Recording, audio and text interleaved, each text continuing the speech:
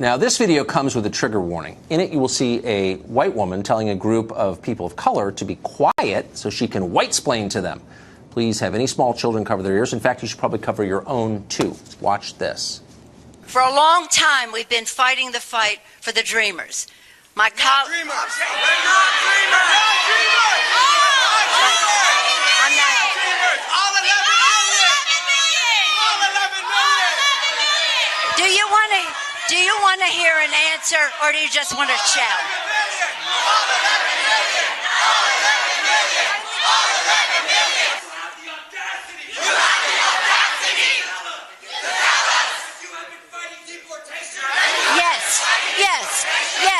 Yes, I am.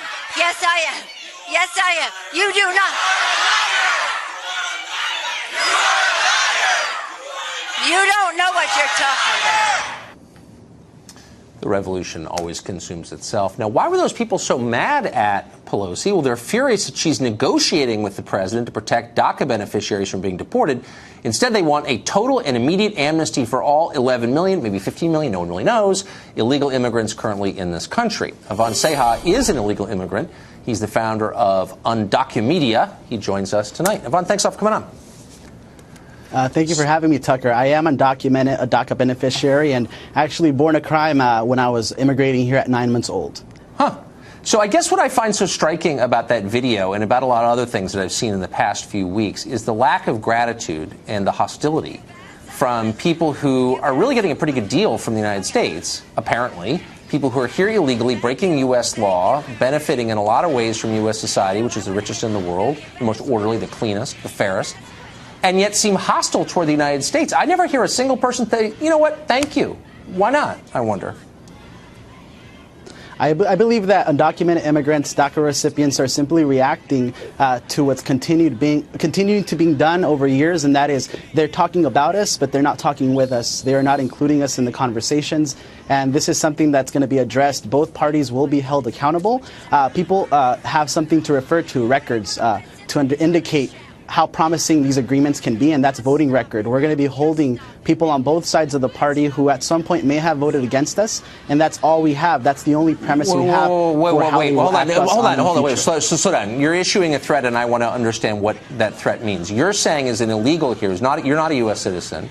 You're saying you and other non-U.S. citizens are going to hold U.S. citizens accountable for not being nice enough to non-U.S. citizens? Is that what you're saying?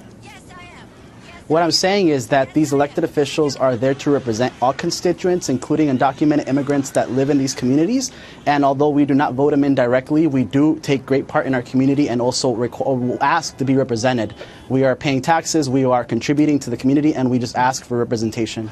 No, what you just, and by the way, I've always been very pro-immigrant and am in some ways still, and pro-immigration actually. You're making me very anti-immigration by what you're saying right now, because of its tone, but also because of the threat you just issued to people who don't see it your way. You're not a U.S. citizen. The U.S. government exists to serve the needs and protect the needs of U.S. citizens. It does not exist to protect the needs of non-U.S. citizens. Do you see the distinction? I think all countries are that way. All of them. I also understand. Do you understand, taxation without representation, something that this country was founded on? I believe we are paying taxes. I believe we deserve to be represented. I'm not issuing any threat other than we are going to go ahead and no longer allow people to make agreements that jeopardize our community behind our back. We want to be protected. We want to have relief that includes our parents, our brothers, our uncles who don't fit the typical dreamer narrative per se. But why do you have a right to demand anything? I mean, and by the way, let me just be really clear, for the fifth time, I'm sympathetic to a lot of the DACA people because they didn't choose to come here illegally. But I'm more sympathetic to American citizens because I am one, and I have something in common with them because they're Americans too. And so I don't understand on what grounds you make these demands. If I show up in someone else's country and say, you know what, I demand to have a voice in the political system here, I demand benefits, I demand respect, they'd say, buzz off, pal, leave. Like, you have no position from which to demand those things. Do you see what I mean? No, I understand. The context of the video that you were referring to, those are DACA beneficiaries, 800,000, which are now in limbo as a result of the loss of DACA or the threat to it, and there isn't anything happening in the next 6 months. So they are reacting to that. These are people who are very much well involved in our communities. They are teaching our children. They are police officers, firemen, paramedics. Even in the recent hurricane hits, they were putting their lives on the line to save other people. And nowhere did they question, that's just are you nonsense. a citizen? It's just Are you a totally legal permanent It's just resident? nonsense. It's just nonsense. Okay. Yeah, some of them are great No, it's people. all Some true. of them are criminals and drug dealers. They're people. Okay. So not all of them are future Medal of Honor recipients. Let's stop with the propaganda. I'm asking a much bigger question about what citizenship means and about the rights of people from other countries to demand political influence and money from a country that's not theirs. And I'm just saying it's a kind of a weird posture, an entitled posture for you to take. Like, I demand this. Really? On what grounds? Are you following me? Again, they're contributing to this country, and they deserve to be Some are, represented. some aren't. They Okay, have so been here for years. They are not new. And that applies to every population. I know plenty of good citizens. I know plenty of bad citizens, if you want to go by that narrative. I agree with that. And no matter what, I agree with there are you. people in everywhere. But they're citizens and non-citizens. That's the distinction that the left is seeking to erase. We're all the same.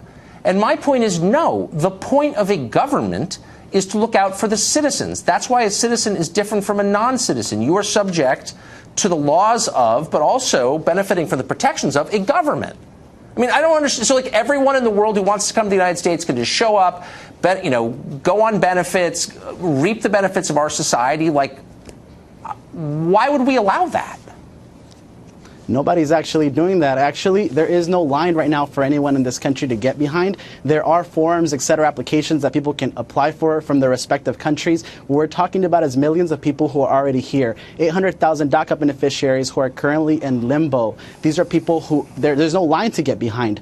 Just to put things in perspective, the immigration system is currently processing applications from 1995, something we have no control over, just to show what's going on. But that's really not, up to you to like or dislike, because you don't have grounds for that. And look, I would concede that some of the DACA kids are a little bit different because they came here as small children, as you did. But for the 11 to 15 million people who snuck in the country and are using forged documents to work, undercutting the wages of American citizens, on what basis do they get to tell me as an American citizen, I want this, I demand that? Like, what? Why would a normal society take that seriously? You have no right to demand anything if you're one of those people. Do you? Again, I'm one of the main examples of people, millions who have been here for decades. We've been contributing. No, we've these been are giving major back. distinctions that you're ignoring. Okay. And so you think that all of your relatives... There's push and pull factors. Yeah. Get to come There's here push and pull factors for this immigration. Their pull factors being that we are the largest economy and we require workers to sustain it. Also, the push factors are that the U.S. That's just garbage. You learned that in some school that you went to. Actually, we've got almost 100 million of American citizens not working right now. So, don't tell me we need more. Let's put it in perspective. There are 11 million undocumented immigrants. There's 320 million U.S. population. Are you going to tell me that 3.5% of the population are responsible for the problems of the other close to 97%? Of course, I would never make, that's just another ludicrous argument. I would never make that claim. I don't think that. I think Americans are mostly responsible. What people like you are making. I don't know who people like me are. Learn how to follow a rational train of thought. I'm not saying that. I've never said that. I don't think it. I think Americans are responsible for mostly their own problems. But importing millions of low-wage workers every year does not help. Not in this economy. And you know it, but you don't care. Anyway, Yvonne, thank you. No, I do care. Yeah, I can tell.